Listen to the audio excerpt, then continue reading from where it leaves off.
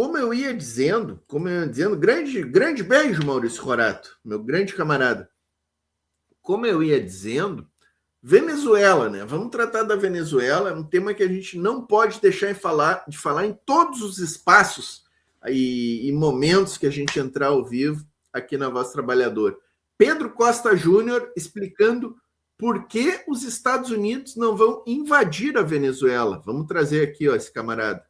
Até onde você acha que os Estados Unidos podem chegar? Ele ameaça claramente aí a América Latina como um todo. Aí, essa questão da Venezuela, em que pé que está hoje, Pedro? Galera, vamos deixar a curtida, tá? Chega deixando a curtida. Comenta no chat, importantíssimo para nós o teu comentário aqui no chat. Diga de que cidade estão assistindo. Pois é, Nassif, a questão da Venezuela, ao que parece, os Estados Unidos eles não vão entrar na Venezuela, eles não vão fazer uma guerra na Venezuela, eles não vão fazer um novo Vietnã. Isso parece fora de cogitação até mesmo para o Trump. Porque se ele fizer isso, ele trai a sua base eleitoral, que é o MAGA. O MAGA ele é contra a intervenção dos Estados Unidos em outros países. Inclusive, o MAGA é contra a participação dos Estados Unidos no massacre na Palestina, na guerra colonial na Palestina. Eles criticam isso, né? Não por serem bonzinhos, né? Não pelo MAGA ser maravilhoso e anti-imperialista, pelo contrário, porque o MAGA não quer gastos no exterior, o MAGA não quer que os Estados Unidos continuem sendo esse ente onipresente em todas as partes do mundo e gastando muito dinheiro para sustentar essas guerras, né? É por isso que o MAGA não quer tanto conflitos em Gaza, na Palestina, como na Venezuela. Para usar o exemplo, né, aquele jovem que foi assassinado, né, ligado ao MAGA num discurso público, ele era um crítico à participação, ao apoio dos Estados Unidos ao governo Netanyahu. O Tucker Carlson, para pegar também, que é um campeão de audiência da extrema-direita, ele é contra a intervenção dos Estados Unidos e outros países, inclusive nessa guerra de Israel, essa guerra colonial na Palestina. Então, ele não pode começar uma nova guerra, né? Paralelo a isso, ele tem um projeto pessoal, que é o projeto de ganhar o Nobel da Paz, que ele está numa campanha, numa cruzada global. Quem ganhou o Prêmio Nobel da Paz agora, essa latino-americana, venezuelana, a Marina Corina Machado, dedicou o Prêmio Nobel ao Trump, dedicou, ela que pediu a intervenção americana na Venezuela, ela dedicou o Prêmio Nobel ao Trump. Então, ele não tem interesse objetivo em pagar esse preço, mas ele quer derrubar o Maduro. Então, ele vai pressionando, né? O que ele quer é uma insurreição civil, uma insurreição interna na Venezuela, provocar uma instabilidade para que haja uma convulsão social e se faça o que eles chamam de regime change, uma troca de regime. Ele quer que o Maduro seja o novo Gaddafi. Como foi com o Gaddafi na Líbia, ele vai tentando essas guerras, enfim. Só que a Venezuela, essas guerras, eu digo, informacionais, guerras híbridas, né? Só que o Maduro, ele se protegeu desde então, né? A questão própria da informação, da chegada de informação na Venezuela, e ele é o sujeito que atende os interesses do exército. Ele é uma ponta nesse jogo, não é o Maduro. É o exército venezuelano que é muito forte. E que as forças armadas venezuelanas que se apropriaram, né, dessa, enfim, revolução bolivariana, e cujo Maduro é o representante. Então é um jogo difícil, é um jogo que vai ser travado, mas o Trump não vai desistir disso. Ele vai continuar nessa perseguição, né? Perfeito. O exército é muito forte, as comunas são muito fortes, que são organizações populares, mais de 5.000 por toda a Venezuela, espalhadas em toda a Venezuela, 5.000 comunas, gente. Ali nas comunas está o povo organizado e mobilizado para atuar. A gente recebeu um grande camarada que vive em Isla Margarita, lá na Venezuela, no último debate Voz Trabalhadora, sexta-feira passada, né? Ele e o Bruno Lima Rocha conversando aqui conosco, ele nos trouxe toda a realidade lá, ele que está lá em Isla Margarita, é um cara que tem críticas ao governo Maduro, mas nos trouxe assim um raio-x de como está a Venezuela, né? Então isso aqui que o Pedro Costa Júnior falou é muito concreto, né? Que dificilmente os Estados Unidos farão essa invasão, Mas eu tenho a impressão que o Pedro esse vídeo aqui do Pedro Costa Júnior com o Nassif é anterior, inclusive, à pirataria no navio petroleiro e a essa última ofensiva estadunidense, dizendo que interceptarão qualquer navio petroleiro que a Venezuela tente despachar dos portos venezuelanos, né? Ou seja, fazendo um cerco naval ao comércio da Venezuela. A gente sabe que a Venezuela depende muito desse comércio de petróleo, né, pelas vias navais, então isso aí é muito importante nesse quadro todo que a gente vem verificando, né? O Maduro denunciou agora na ONU, pediu que a ONU se manifeste, especialmente o Conselho de Segurança. E isso aqui é uma questão que eu venho falando muito aqui, não vejo quase ninguém falando sobre isso.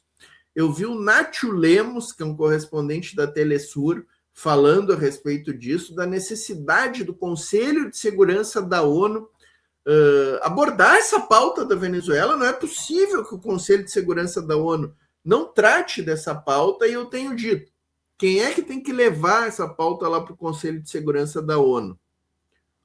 China e Rússia, que tem assentos permanentes lá no Conselho de Segurança, que tem inclusive direito a veto no Conselho de Segurança. Ou seja, são poderosos países no Conselho de Segurança da ONU, são aliados da Venezuela, China e Rússia, e eu estou cobrando isso há pelo menos 3 semanas, ou mais, que estes países são responsáveis por isso. Eu vejo muita gente cobrando o Brasil.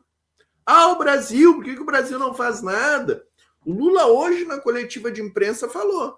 Disse que telefonou, trocou telefonema com o Maduro, disse que trocou no telefonema com o Trump, se colocou como negociador, disse que o Trump não poderia tomar essa ofensiva bélica contra a Venezuela, e o Lula reafirmou que quer paz na América Latina, falando como grande líder da América Latina.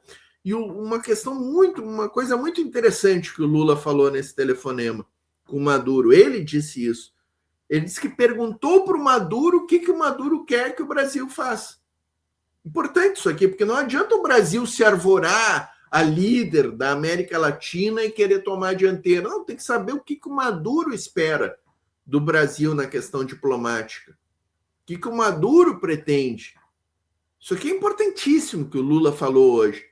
Então, assim, tem muita gente cobrando o Lula, e eu pergunto, o que mais que o Lula tem que fazer? O que mais?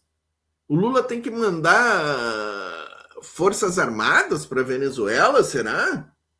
É isso que o pessoal quer que o Lula faça? E por que o pessoal que cobra do Lula não cobra da China e da Rússia? Que são países com muito mais poder efetivo. O Brasil não está no Conselho de Segurança da ONU. Rússia e China estão.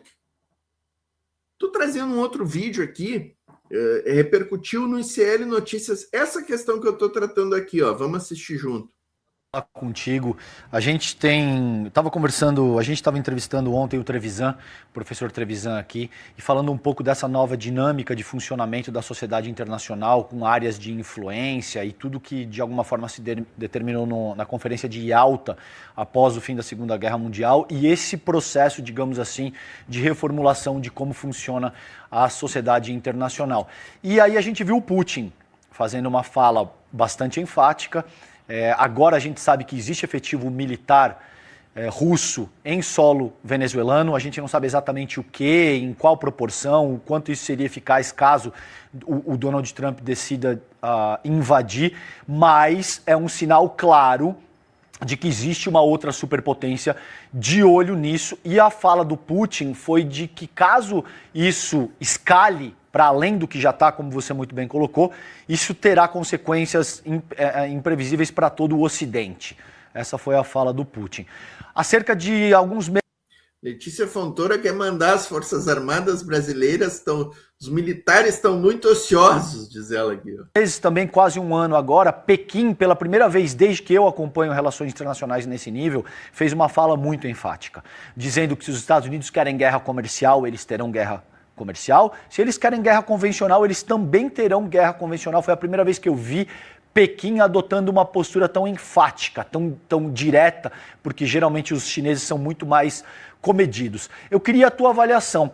Você acha que isso pode resultar na interferência de outras forças hegemônicas, como China, a Rússia, outras grandes superpotências? E qual é o risco, se isso eventualmente segue escalando, que esse conflito traz para o Brasil? Gostaria que você fizesse uma avaliação nesse sentido, por favor, querido. Claro. Bom, dentro desse contexto todo, né, o Sidney Kripa trazendo aqui, né, acordo assinado entre Estados Unidos e Paraguai, né, permitindo tropas estadunidenses no solo paraguaio. E o Equador também. O Equador está permitindo tropas estadunidenses no solo equatoriano, né? Então é disso que nós estamos tratando aqui, né? Uma questão muito maior do que só o ataque à Venezuela. É toda a América Latina envolvida, e esses presidentes títeres aí, Paraguai, o equatoriano lá, o Noboa, não serão perdoados pela história, né, esses entreguistas. com relação à China e à Rússia, a gente não pode esquecer que os dois países estão envolvidos em outras questões muito importantes. A Rússia tem uma preocupação muito grande com a área de influência dela, que não está aqui nas Américas. Então, a questão da Ucrânia é muito importante, e isso, inclusive, pode virar um ponto de barganha entre Estados Unidos e Rússia.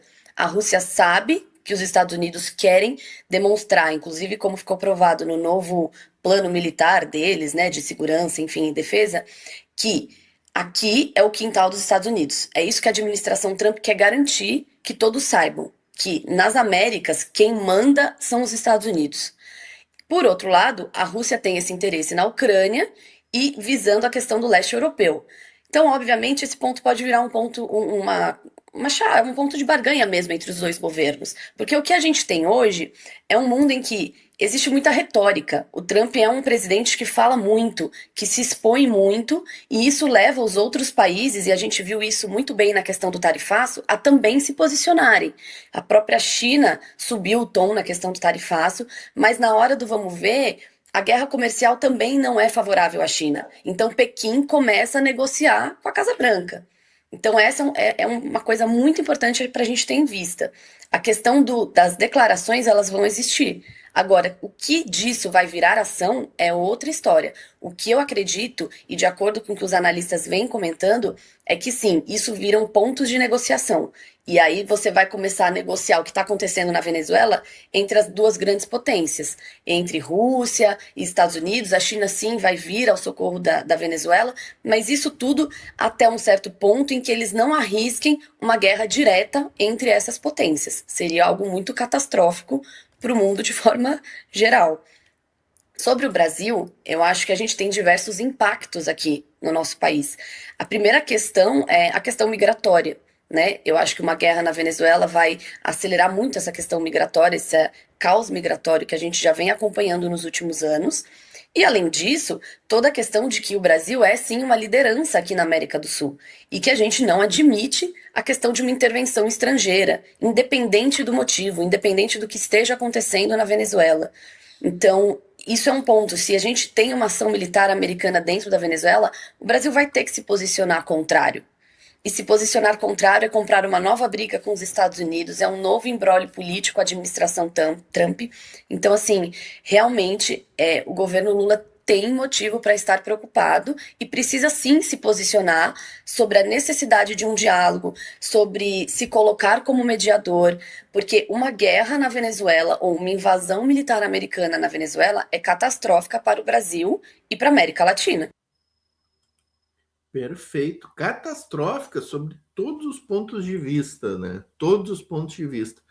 Galera, inscrevam-se nos nossos grupos de WhatsApp e Telegram, tá? Os links estão aqui na descrição do vídeo aí. Conto com vocês lá nos grupos. Estão crescendo muitos grupos. Tem um grupo que tem mais de 1.000 pessoas lá, tá, pessoal? Sidney Kripa, América Latina unida, forte e soberana. Acredito que a imigração de venezuelanos para o Brasil diminuiu e muito. Aqui em Floripa chegavam diariamente, agora não mais. Com certeza que diminuiu. A situação melhorou lá na Venezuela, né? Emenda Monroe, que estabelece o sul da América como quintal estadunidense, diz a Letícia Fontoura. A Letícia Fontoura lembrou mais acima aqui no chat que a mesma coisa de interceptar petroleiro venezuelano já foi feito com Cuba, né? já foi feito com Cuba, então é o mesmo procedimento, né? Olha aqui, ó, o Batista Neubanner aqui, Batista Neubanner. Portinho, o Assange está processando o Nobel pelo prêmio A Corina. Eu vi essa notícia hoje aí. Julian Assange, né, indignado com a concessão do Nobel a quem promove guerra, né? Promoção do Nobel da Paz para uma figura que estimula a guerra e a intervenção de um país no outro, né? Esta Maria Corina Machado é uma aberração, né? É uma aberração, né, gente? E é isso, então. Tá aí, tá feita a cobertura.